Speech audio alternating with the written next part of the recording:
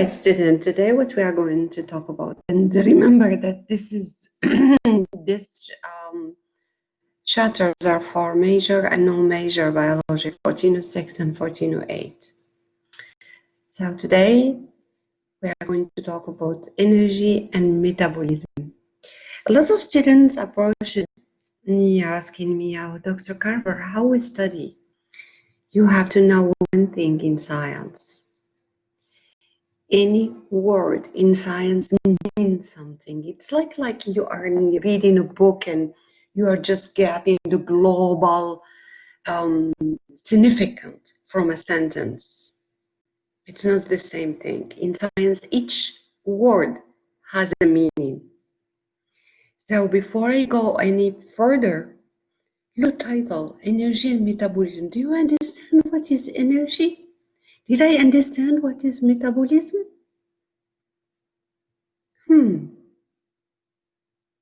If you don't, you have to know it. Energy. Why you eat sometimes when you said, "Oh, I am out of energy," when your mom asks you, "Pick up your mommy, I'm out of energy." And once you are, well, let me eat first. You eat, you gain the capacity to change, to clean your room. So energy is the capacity to cause changes.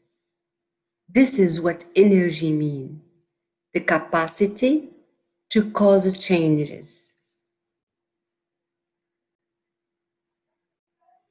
And energy, just the word energy.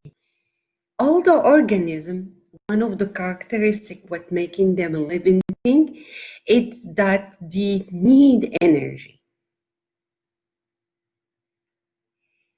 And they are open system that exchange matter.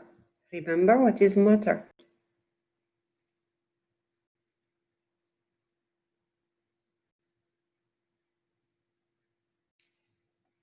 M-A-T-T-E-R.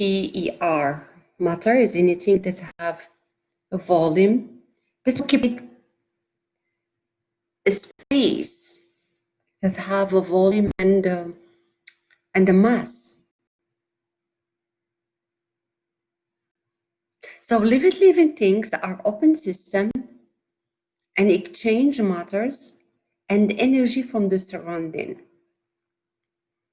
So when you eat something, some food, you gain energy. Your cells inside of your body are going to harvest this energy and produce ATP, which is the currency that your cells or our cells use to do the work.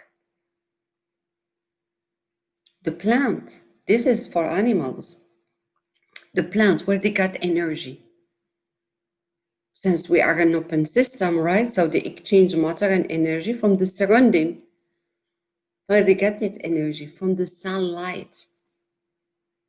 They transform the sunlight into anorganic molecules that will store this energy, and we are eating it. So when you eat a piece of, let's see, a salad,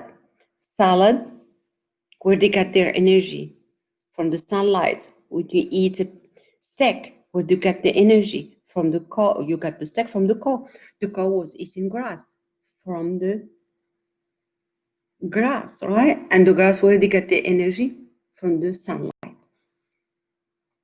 So the sunlight is the source of any energy, the global energy. So the energy is the capacity to cause changes.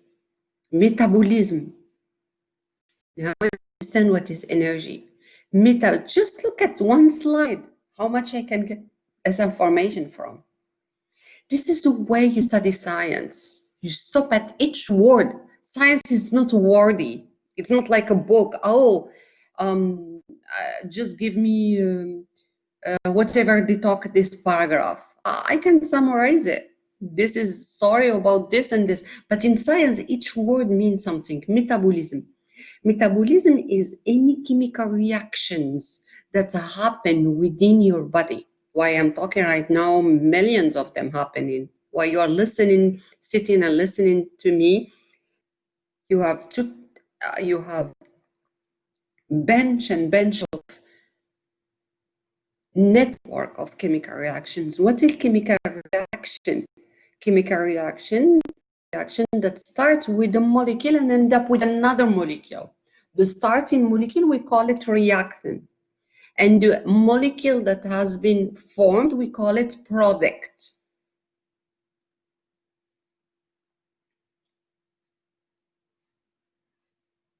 So the cells for animals harvest the energy from an organic molecule, from the food. They're in a process that we call it cellular respiration. The most important organelle that plays a role there in the cellular respiration is the mitochondria. It will be just a chapter by itself. And the plant also capture the sunlight, the light energy. They're in a process that we call photosynthesis.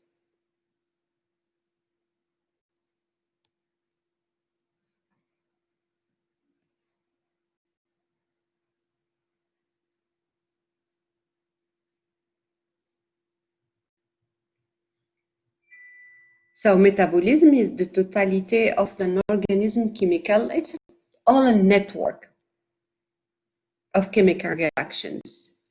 As I said, this chemical reaction starts with the starting molecule. The starting molecule, we call it reactant. B is the product for reactions one. It could be a series of it. It's a network.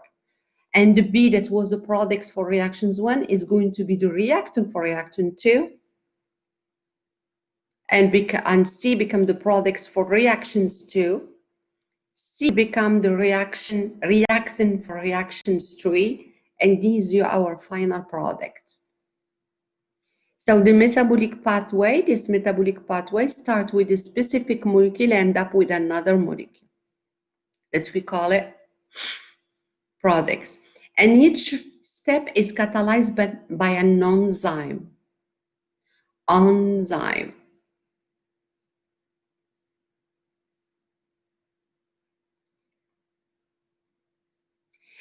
Has enzyme, what the job is to catalyze, is to help this like molecule A to become a B. It's to break it down so it can become a B. Catalyze, breaking down.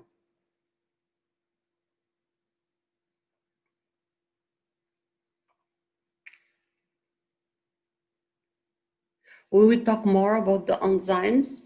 We did a lab regarding the enzyme. Okay? There are major two metabolic pathways. We have anabolic pathway and we have catabolic pathway. Anabolic pathway is when you are building a complex molecule from simpler one. And in this case, you need energy. It's like you have a bunch of bricks, similar size brick with another brick with another. You want to build this wall. So you need energy to build this wall. That's an anabolic reaction or anabolic pathway. When you build a big molecule from a simple molecule, that's anabolic pathway. You remember? And the best example for anabolic pathway, chemistry of life, and those organic molecules. How the proteins are made from amino acids. Imagine that it's a green circle over here.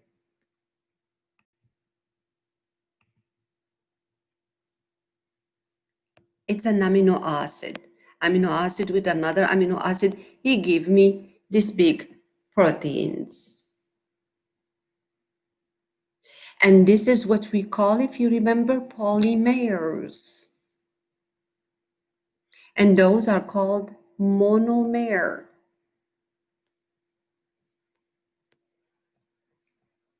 Monomers. And this happens within reactions that we call condensation or dehydration.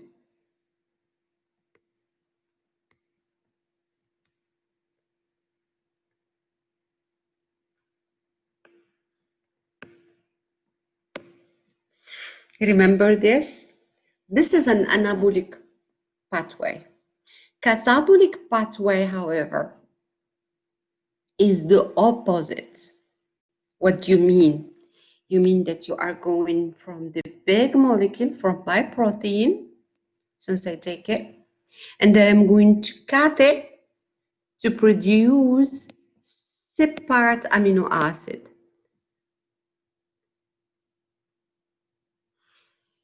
And remember that those amino acids have a peptidic linkage between each monomer. They bend with each other. All right? And when you are doing that, because you are breaking all this covalent bonding, you produce energy. If we go back to the anabolic pathway, you use energy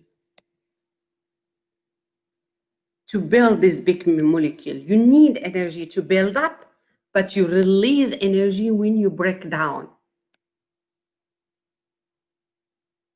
Example of catabolic pathway, exactly, hydrolysis.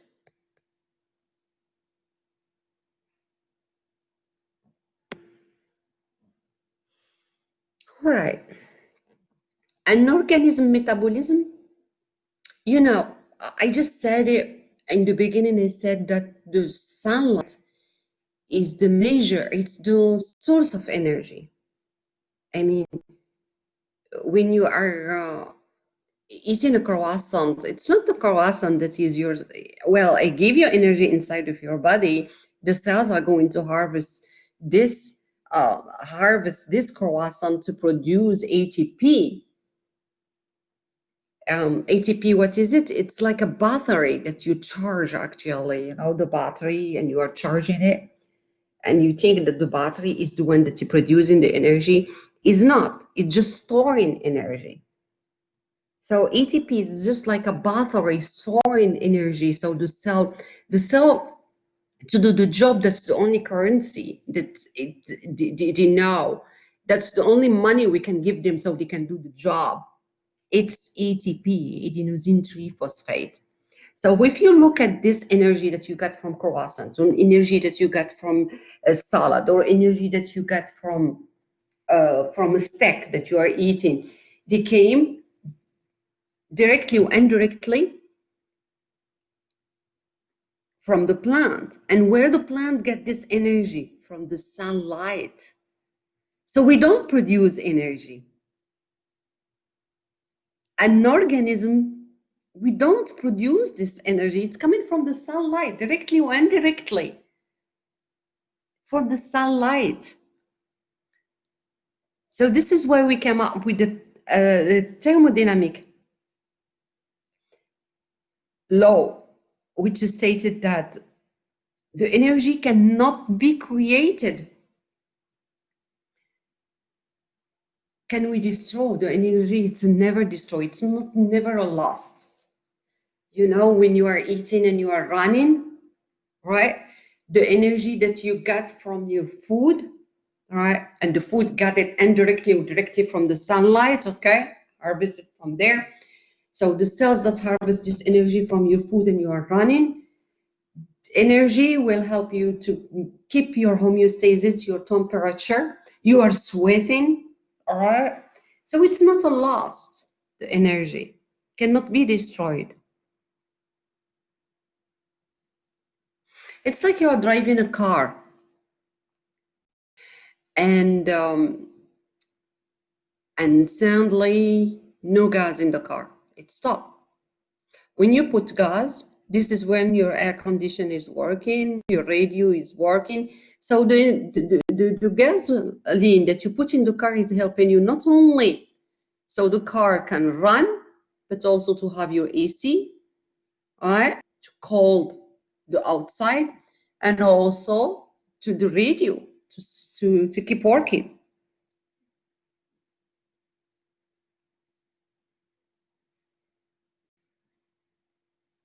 So since the energy cannot be destroyed, the total amount of energy in an universe remain constant, is the same.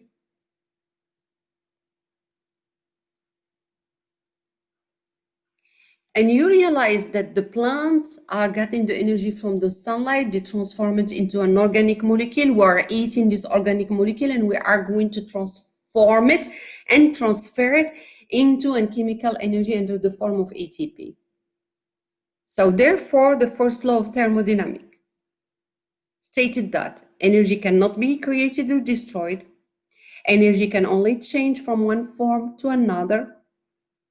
And the total amount of energy in the universe remains constant.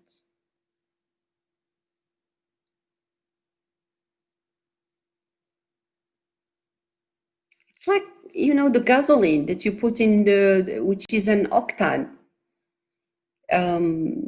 chemical as an octane, right? It contains chemical energy within the chemical bond, this octane. And this energy is transformed into kinetic energy. That's kinetic mean movement. This is what allows the car to move, to run, or to race, or to on a racetrack, for example.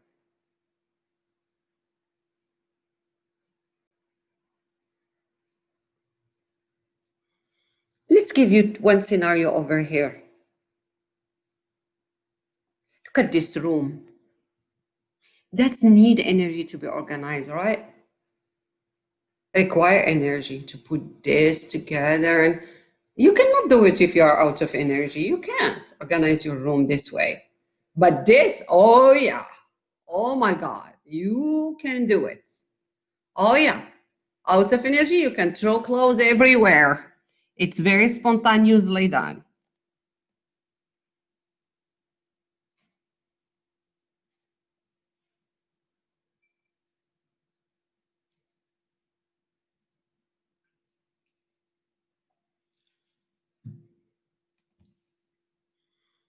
So organizations require energy. These organizations happen spontaneously.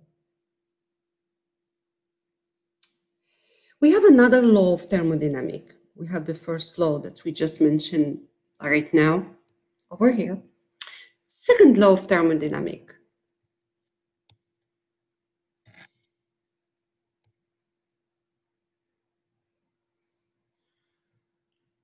The entropy,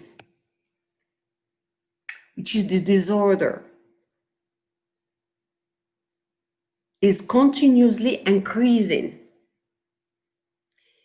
because, as I said, you know, when you put gasoline in the car, not all the gasoline that you put, because it's a chemical energy within this. If you look at the formula of the octane, which is the gasoline molecule, you have chemical energy within the chemical bond that form this chemical, which is the octane. Not all of it that you put in your tank for gasoline will be used to run the car. Some of it will be used for the air condition, will be used for your radio, right? So no energy transformation can be 100% efficient because some energy will be randomized as a heat, for example.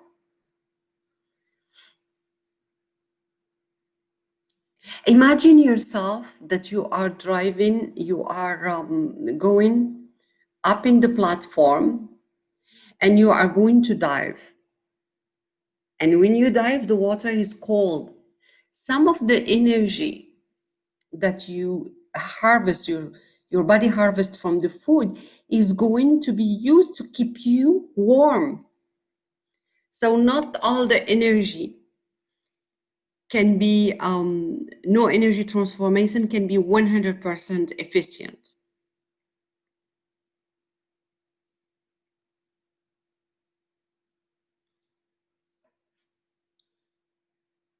Look at this animal. Where he got from energy? He got it from the powder that he's eating, because we live in communication with the other. We are an open system. All right. So this energy came from there. So he didn't create it.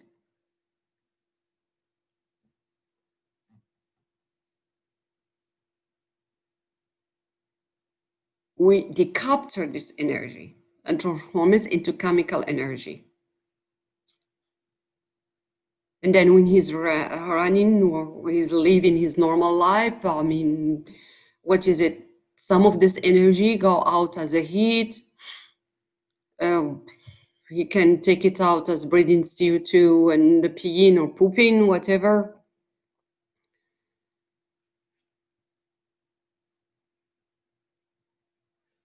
So the organism maintain their organizations only with input of energy from surrounding.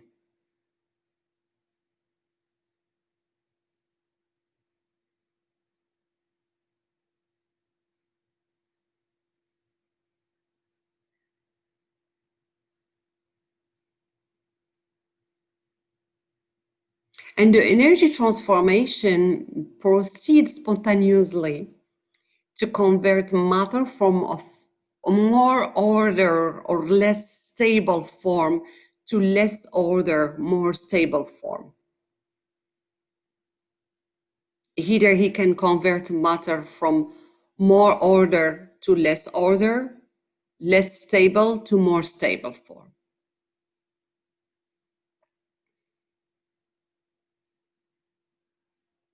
So the living organism, they convert organized form of energy to heat. This is how they live, because they are an open system.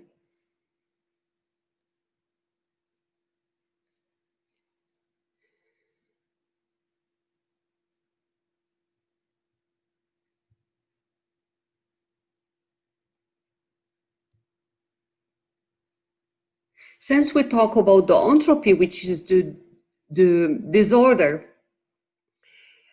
which is in continuously, since we are an open system, it's continuously increasing, because none of the energy transformed that is going to be used. We are going to, some of the energy will be randomized as a heat, for example. And because we are an open system, then we spontaneously convert matter from more orders to less order, less stables to more stable forms. So it's always this way. It's always balancing like that. Living organism converts organized form of energy and heat. So the entropy is always increasing, either from more stable to less stable, or more order to less order. It's always this way. So the entropy, which is this disorder, is continuously happening, increasing.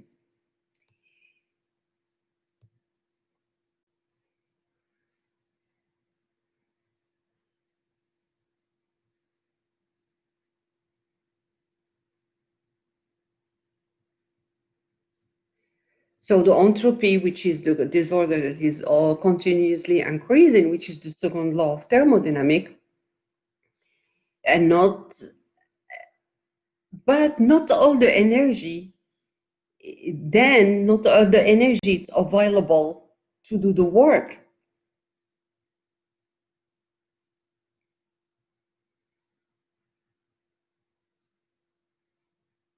What about the potential energy?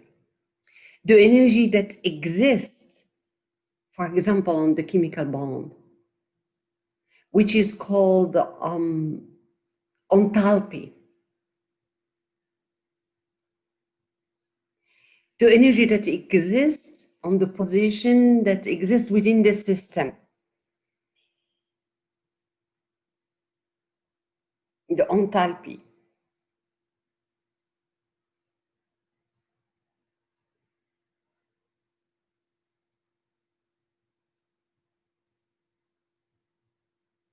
So imagine, let's come back to the octane molecule.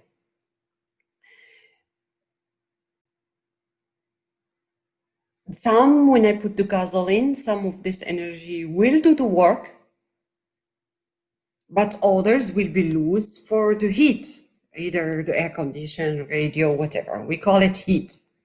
I have two energies over here, coming from the molecule of the octane. All right. The one that will do the work, the essential work, which is running the car, we call that the free energy. It's the one that is described the energy available to do the work.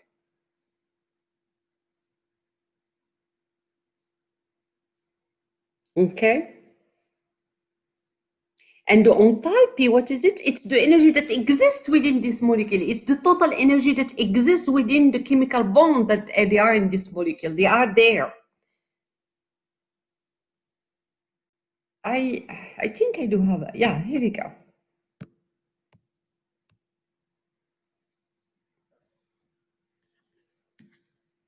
So each chemical bond here have an enthalpy energy. And only the free energy that will give me this car to race in the racetrack. What happened to the other energy? And this energy that will allow the car to race is called the free energy. It's the energy available to do the work. So this energy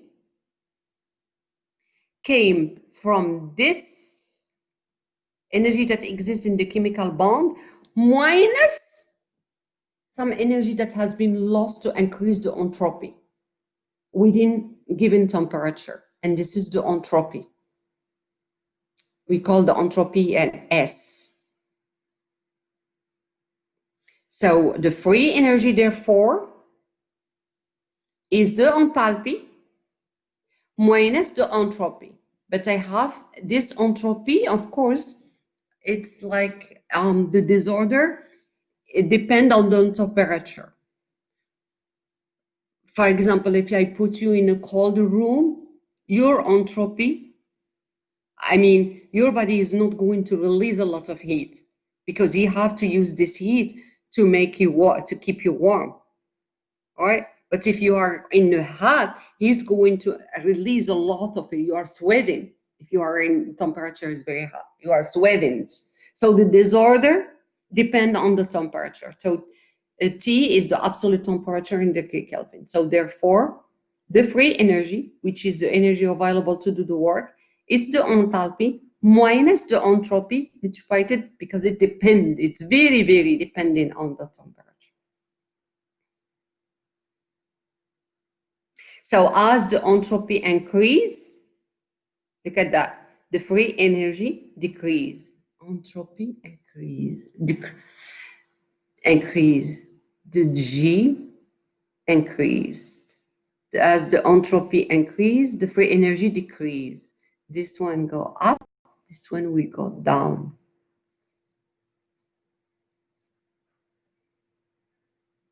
Retain that. I come back to that in a few.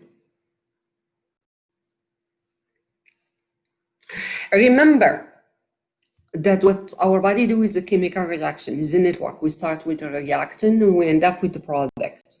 All right? A reaction have certain free energy, right? And the product will end up with another free energy to do the job, right? So the difference, it's between the free energies to do the job, either for the starting molecule or the end up molecules. We call that the delta G.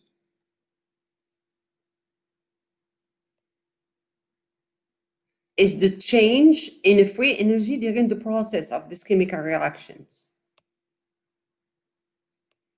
I'm going to stay with this slide for longer. So this is my first chemical energy. My reaction have this kind of just free energy for the cell to do the work. And this one have higher energy.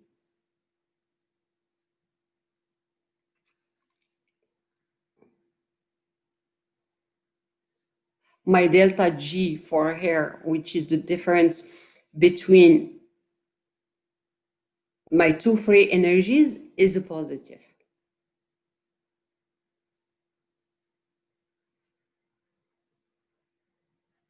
Let's give it a number. Let's give this number 5. Let me see. This is 5. This is higher. This is 10. So let's see. This is actually, it's going, that's 10. That's 15. Sorry. So let's give it a number. So that's 5.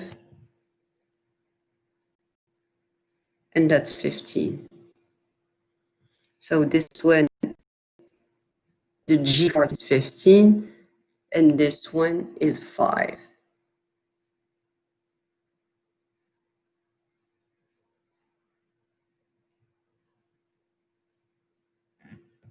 The delta G is the product, G product, minus G reactant, which is 15 minus 5, which is 10. 10 is a positive.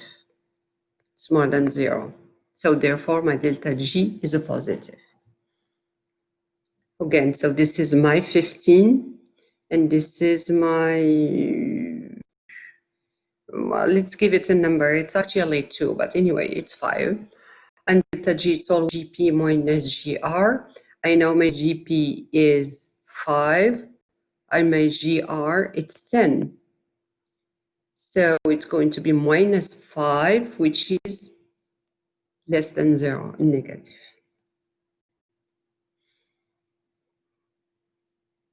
So the positive delta G is when the product have more free energy than the reactant.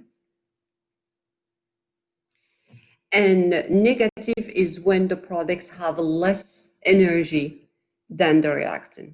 Because the difference of the free energy, it's always the free energy of the product minus the free energy of the reactant.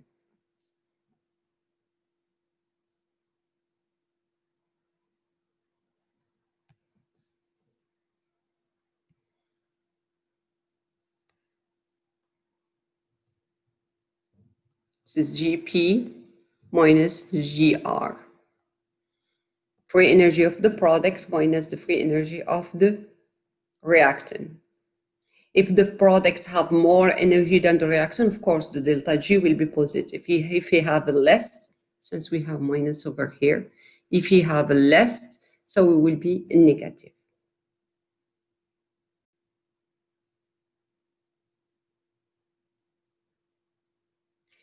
When the delta G is a positive,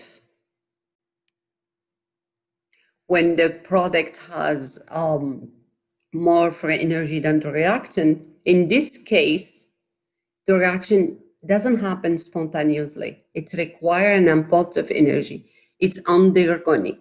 We call that endergonic reactions. When I give you chemical reactions and I told you, okay, it's an endergonic, well, it has to consume energy to happen.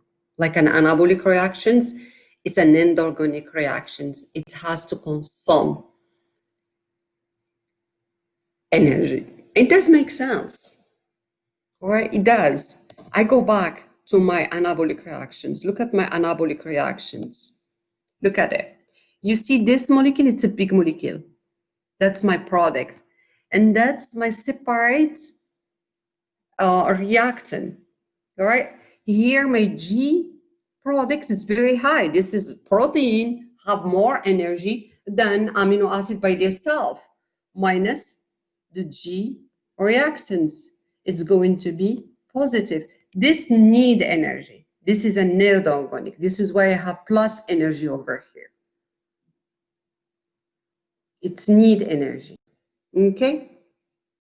The opposite. The opposite, if the delta G, like here, is negative, like over here, negative. I remember that the delta G, it's always the G product minus the G reactant, and it's negative. That means the G product has less free energy than the reactant. And this reaction is exergonic, does not happen spontaneously, may not be instantaneously. Spontaneously, that means does not require energy. In opposite, the energy is released. Here, the energy is added for this one to happen, to this to be here. And this one to happen, this, we release it. The best example for that, it's catabolic reactions like polymer hydrolysis. So let's look at it. Big energy, all right? That's my reactant over here, and that's my product. All right, so it's a GP minus GR. Oh, I don't write correctly. GP minus GR, which is my delta G. If you look at it, that's a lot of energy. That's a lot of energy in my reactant. So it's a lot of energy. And my product separately, it's less energy over here. All right, so it's less energy. So my product is less energy than my reactant. So therefore, my delta G is negative. All right, it's less than 0. So this happens spontaneously, and most of it, I release energy.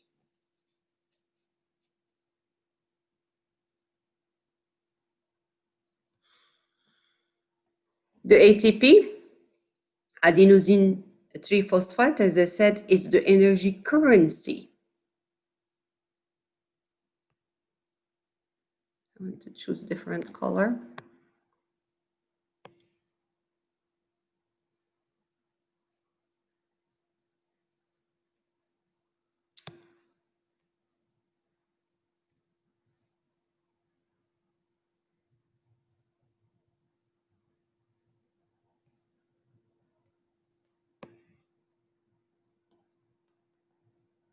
CY, currency of the cell.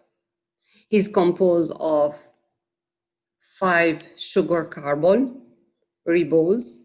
That's a ribose.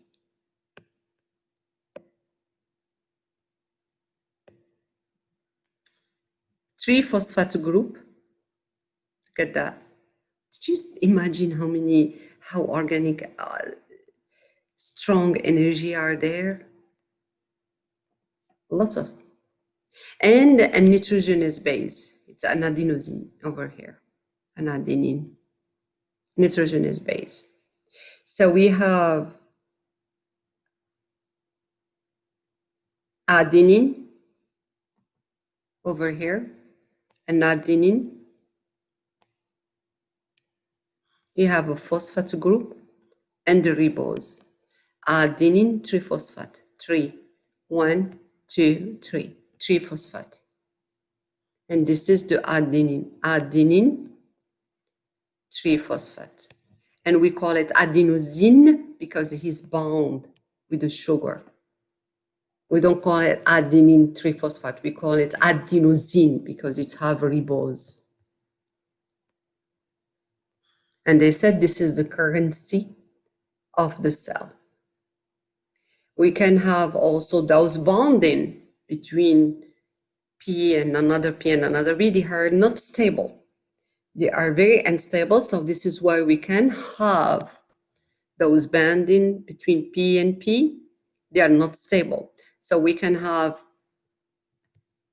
adenosine triphosphate and have adenosine monophosphate. Only I can take off those group completely and stay only with one phosphate group. All right. And they can have also adenosine diphosphate. In this case, I will get rid of one phosphate group.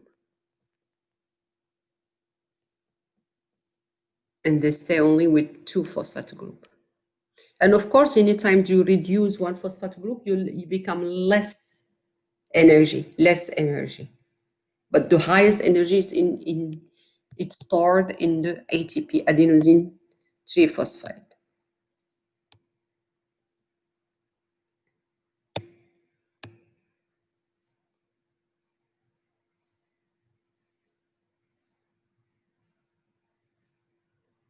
Remember that this ATP can be also hydrolyzed and reduce how.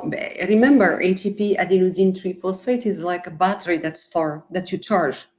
It's a battery that stores energy. It's not the one that produces energy. All right, it doesn't. The only one that produces energy is the sunlight. We make it clear. ATP, it stores the energy, and he can release this energy. How? By hydrolysis. Very easy. We add water, right? And he can become an adenosine diphosphate, and he releases a lot of quite very important energy, almost 7.3 kilocalories per mole of ATP. Releasing an inorganic phosphate. And this inorganic phosphate can go and also phosphorylate the adenine diphosphate to become an ATP. So like it's within a circle. So when the ATP is releasing energy, actually he give up. Anytime he releases energy, it's by giving up one group of phosphate.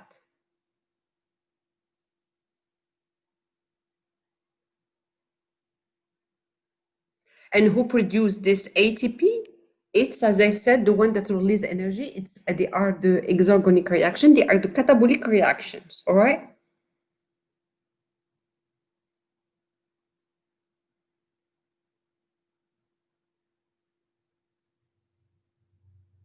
And themselves, they will release this energy to do for the cell to do the job. So it's real like a circle. So from exergonic cellular reactions, I build up energy.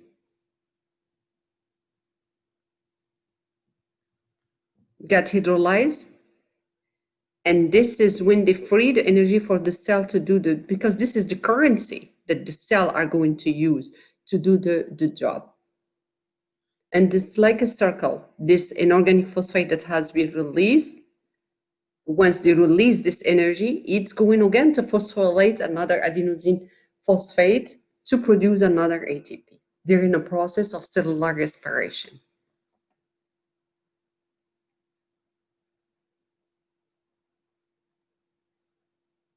You remember what I told you, that the system is an open system, right? What's happened within closed system when we die? When a person dies, he's not contacting with his environment anymore. He becomes a closed system. He reached what we call equilibrium. Closed system.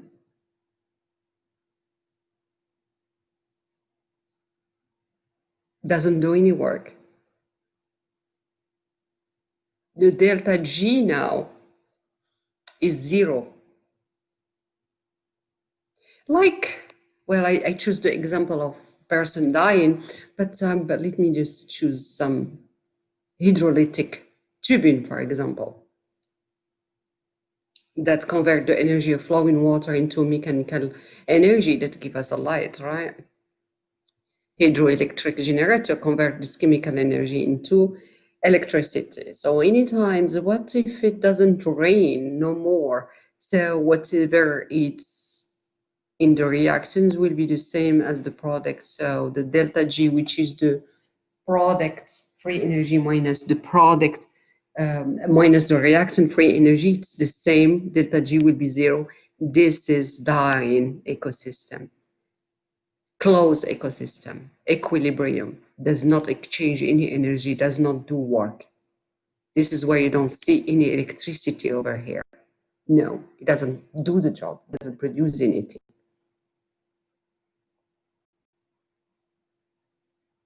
So thanks God, our cells are not in equilibrium.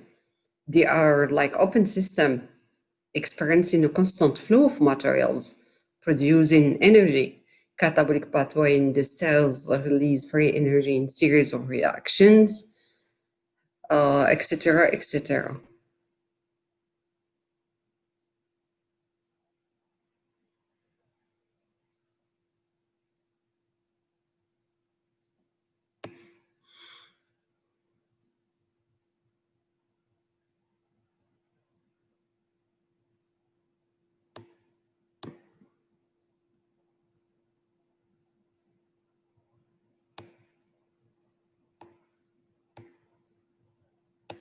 Now what we are going to study, you remember when I told you chemical reactions, metabolism, and each reaction is catalyzed by a specific enzyme. So now we are coming at the second part of the chapters. What determines the speed of cellular reactions? Let me give you an example. If I put, for example, if I put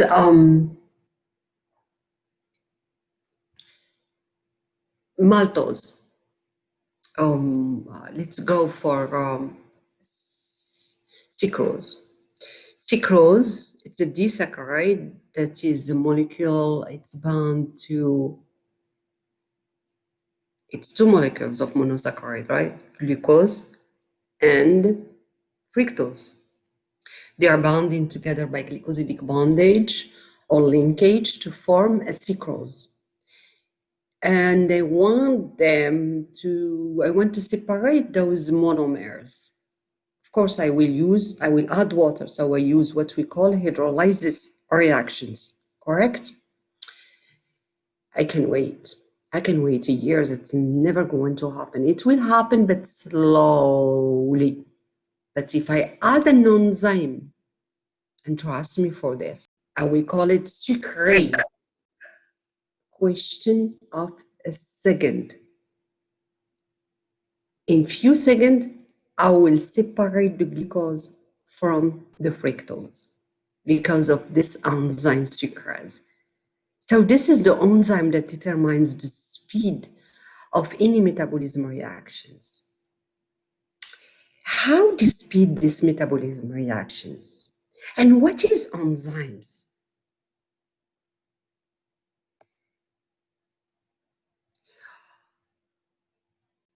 Enzymes are molecules that catalyze, that break down, right?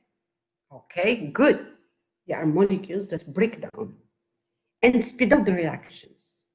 I want to know how they speed these reactions.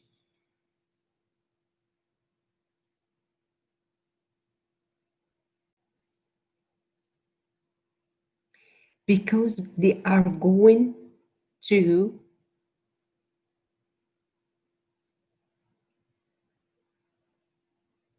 reduce the activation energy.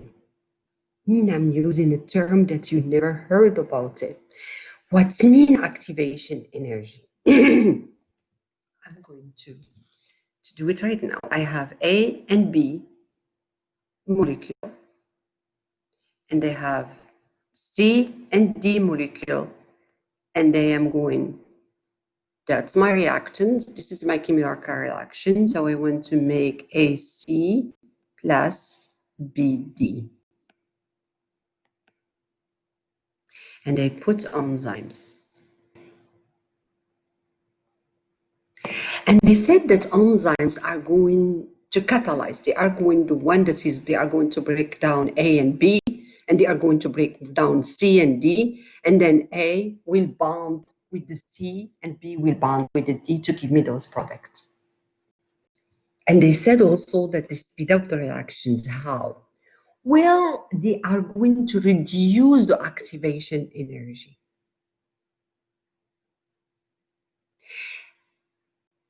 What is this action energy? It's the energy that exists or the energy that's required to destabilize this bonding A and B. So this is, let me write it in different color. So this is this activation energy that is required to destabilize. First, what I need is to destabilize it, A and B and C and D, so I can break them down. So I have to lower the activation energy, that is the energy necessarily to destabilize existing bonding that exists between A and B and C and D.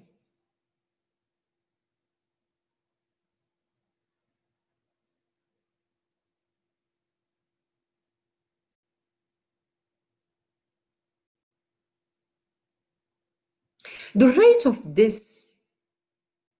of this metabolic reactions can be measured by two things.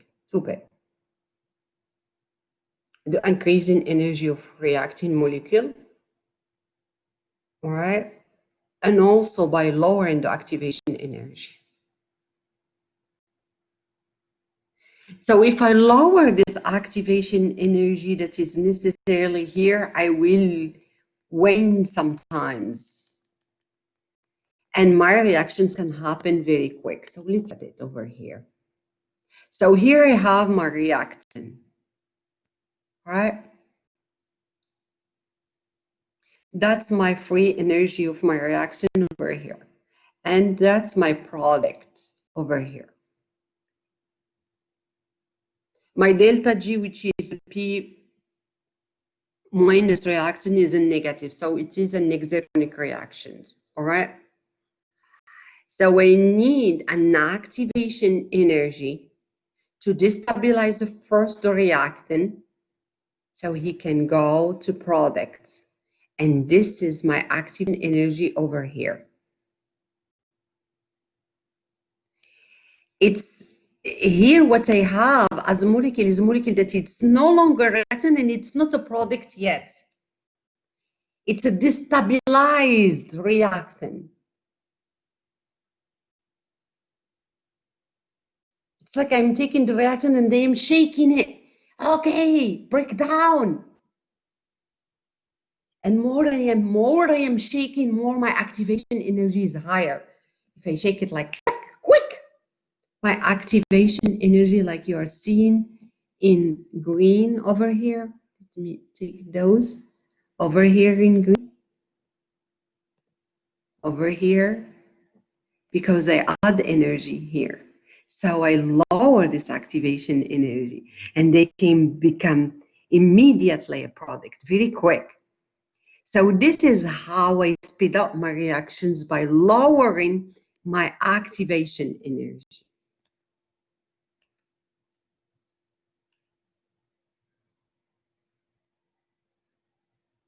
This is what we call energy diagram, with and without enzyme.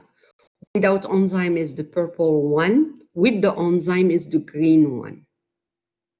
Versus time, okay? It's the free energy versus time.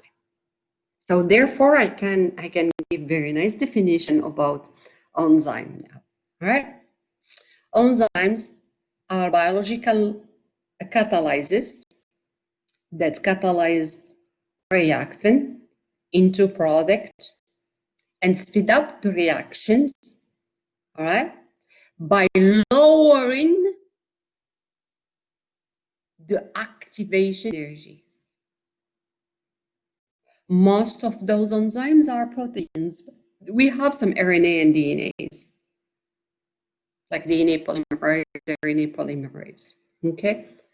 So lots of books you see enzymes are proteins. No, not all of them are proteins, okay? That's wrong, okay? So I prefer to say they are biological catalysts or molecules that catalyzed, okay?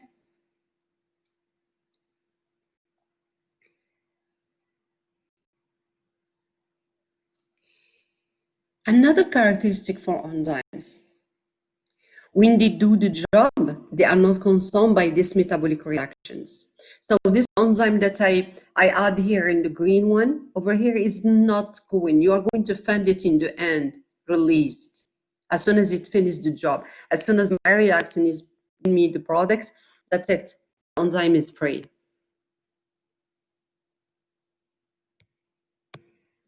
My enzyme is free, so it's released in the end.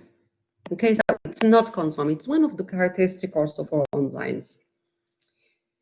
So let's look at enzymes very closely. And by the way, when a metabolic reactions use an enzyme, the reactant that interact with this enzyme is no longer going to call a reactant. We call it substrate. The product continue to be a product as name, but the reactant, we call it substrate. Okay? How this enzyme interact with the substrate?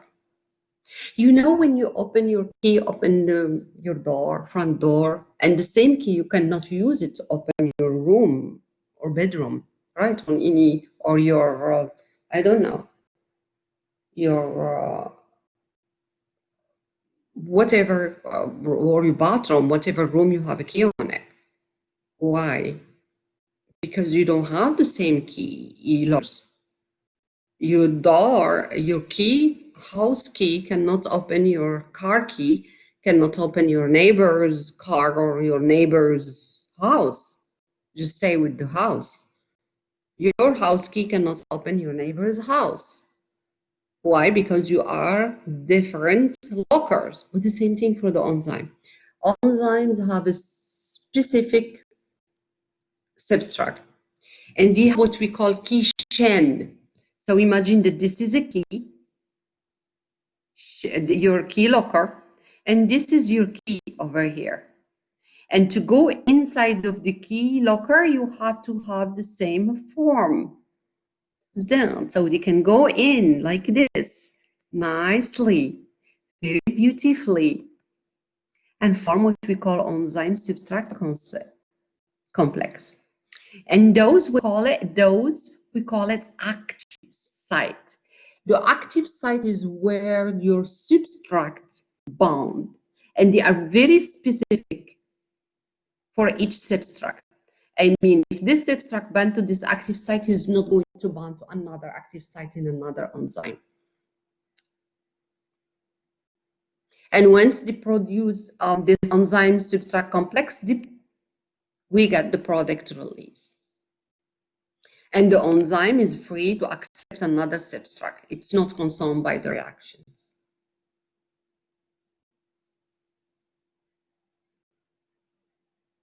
You got it now, how the enzymes work?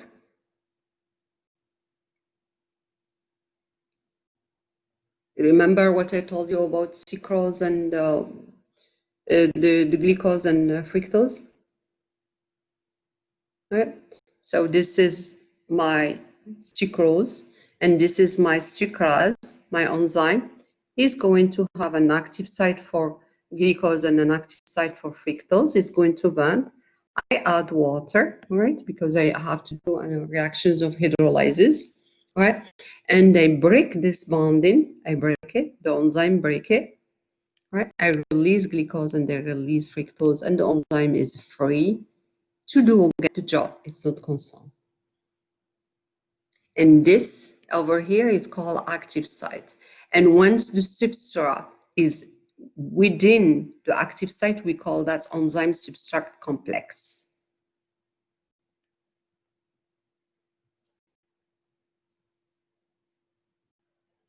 So the active site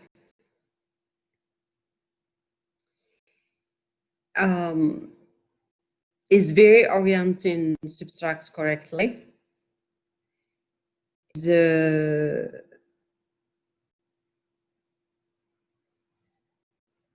Is very specific to each substrate.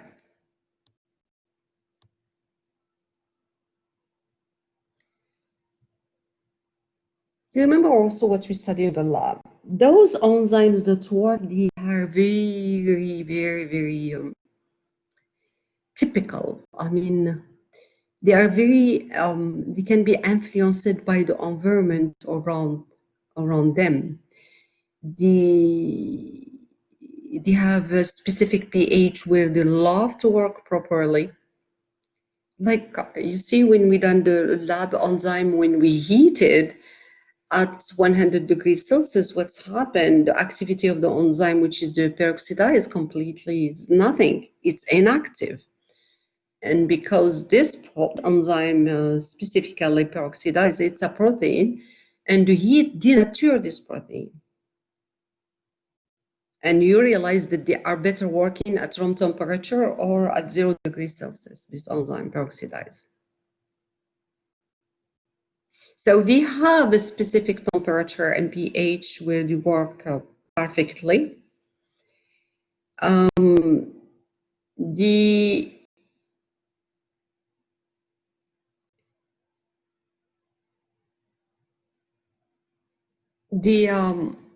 When they work at specific temperature, we call this optimum temperature. When I said, for example, oh, the optimum temperature for peroxidase is 23 degrees Celsius, immediately you know that it works better at 23 degrees Celsius. When I said that the pH, the optimum pH for peroxidase is pH 5, we know immediately that this enzyme peroxidase work better within a pH 5. All right. So this is what's mean optimum conditions. Let me put it down.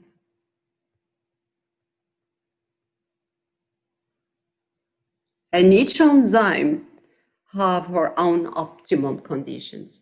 For example, the enzyme that exists in our body, their optimum temperature is our body temperature, which is 37 degrees, all of them. But some bacteria, like the sulfurous bacteria, their optimum temperatures is within 80 degrees to 90 degrees Celsius, right? They have also some cofactors like metal ions, like calcium, copper, magnesium, manganese. They are needed by those enzymes to do the work. And some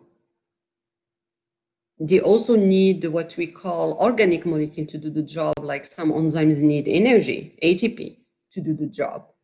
They need also some vitamins to do the job. We call that coenzymes. Cofactors, when they are metals, we call those cofactors. They are helping, mean helping, coexisting in the same times than the enzyme. Coenzyme mean organic. This is metal and this is organic. So when I said ATP, it's not a cofactor for the enzyme, it's an coenzyme because it's organic. The vitamin, it's an coenzyme.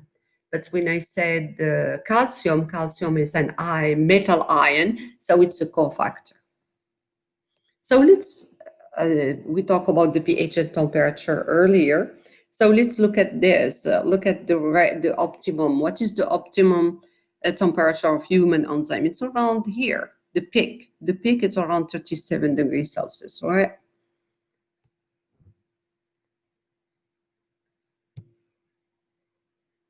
Over here, for this bacteria, it's around 80 degrees Celsius. I'm not drawing very good, am I?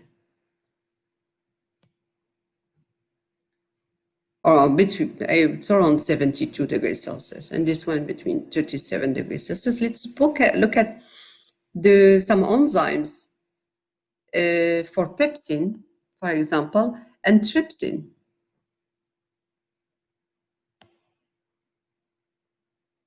In the same body, but not in the same organ. The pH is very acidic for pepsin, very weak acidic, and almost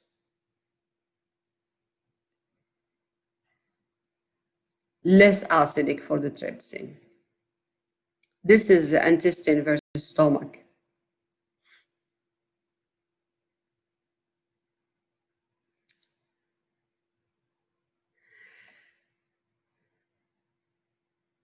Not only that, but also it depends also on the substrate concentration and the enzyme concentrations. You see, when you have the right reactions between the enzyme concentrations, it's the right reactions increase more, you are increasing the enzymes, right?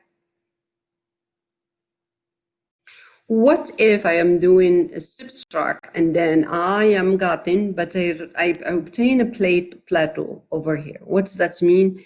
That means my enzyme gets saturated. I keep adding subtract, but I don't have my rate. The only way to get out of this is to add more enzyme. If I add more enzyme, then my core keep going to avoid this plateau. We have also other molecules that play a role on the rate of reactions, especially inhibitors. They are substances that bind to the enzyme and decrease its activity. Those inhibitors can be either competitive, in this case, competitive, we went through that in the lab. They have the same structures than the substrate, and therefore, since the substrate will bind to the active site of the enzyme will think, oh, that's my substrate, and it's not. So it's bound to it, and it's not actually a substrate. It's an inhibitor. So we will bind, and the rate of reactions will be decreased. Some of them, what they are not competitive inhibitor, but they are non-competitive inhibitor. What they are going to do, they are going to bend in a nanosteric site, another site than the active site. But once they bond to this allosteric site, it's what they do. They are changing completely the configuration of the enzyme. You see the configuration, instead to be this way like that, it's become more globular. You see, it changed the configuration. And therefore, the substrate will no longer recognize his active site because he changed the configurations. Because of this little evil things over here, green one, that is non-competitive inhibitor. Once he bound, I said, change the configurations. You see, become more globular, and therefore he's no longer recognized by the substrate. So the non-competitive inhibitor binds to an enzyme, to the enzyme at the site other than the active site, and cause the configuration or the shape of the enzyme to change. That make the enzyme unable to bind to the substrate.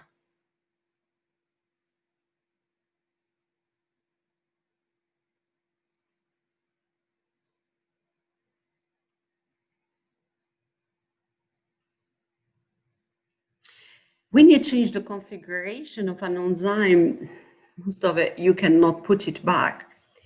This is called irreversible inhibitor. Irreversible inhibitor. It combined with the enzyme and inactivate permanently because he changed the configuration. The inhibitors over here that is competitive, all what I have to do is keep adding substrate and adding substrate until this will be chased completely, this competitive inhibitor, and my reactions will work. This is reversible versus irreversible inhibitor. Irreversible.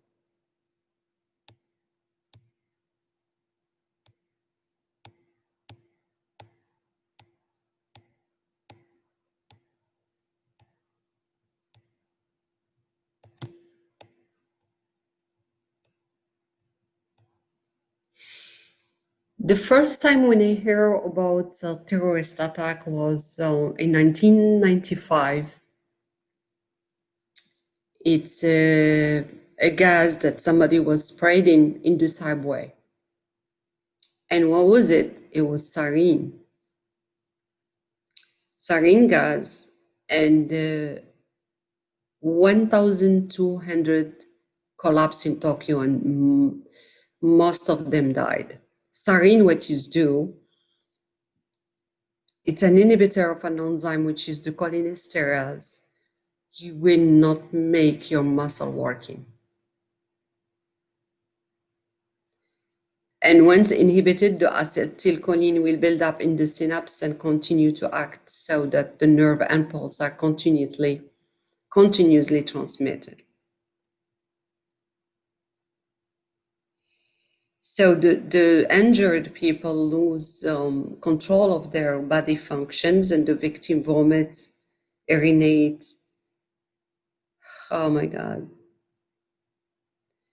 And eventually the victims go into the coma and suffocated in a serious convulsive spasm. That's with sarin as a gas.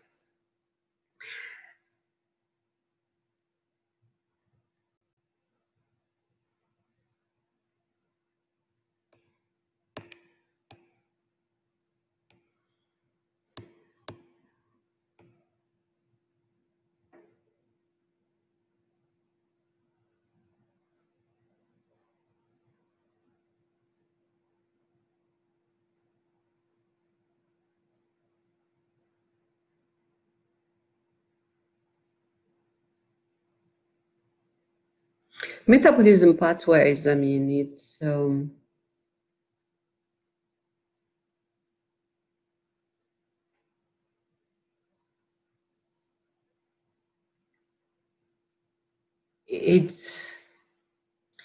very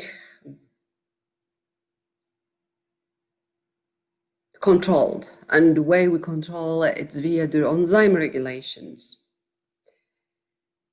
So, like for example, gene activation or the gene expression, when a DNA is going to be expressed into protein via a messenger RNA. When the gene is activated, more enzyme is made and reactions rates increase accordingly. But when the gene is turned off, the enzyme is not longer made and the reactions rate go completely down, right? So the cell does this by switching in and off the gene that encodes specific enzyme, or by regulating the activity of the enzymes.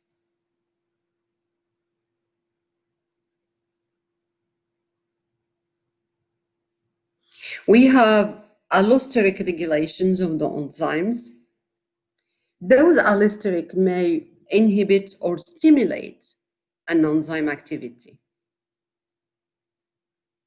And depend in an allosteric, anything that it's not active site, we call it allosteric site, okay? So depend on an allosteric site, and what they do over here, once they bound, they change completely the configuration. Look at that. So the substrate is no longer bonding, is altered. Or it's an activator, so we bond in, and he will change the configuration, so he will bond to the substrate.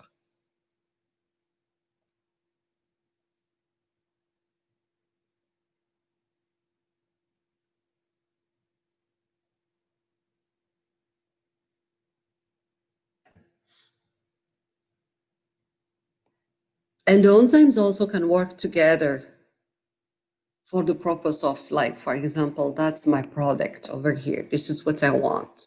All right. So I have this substrate, he will bond, all right, to the first complex enzyme 1, giving me product A. Product A will become the substrate for enzyme 2, giving me product B. B will become the substrate for enzyme 3. Finally, I got my product B. And the product B can play a role as an allosteric inhibitor. Once the cell reach how much it needed, so he regulates his own productions. That's negative feedback, all right? So he will bond allosterically to the enzyme and change the configuration, and therefore the substrate is no longer bonded. So that's the substrate, and that's the final product, and all this we call it intermediate reactions. Intermediate reactions.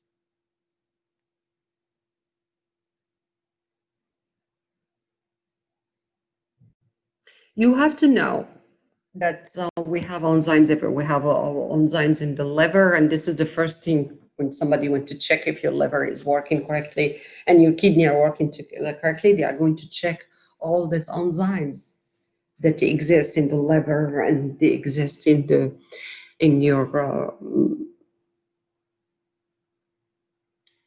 kidney, right?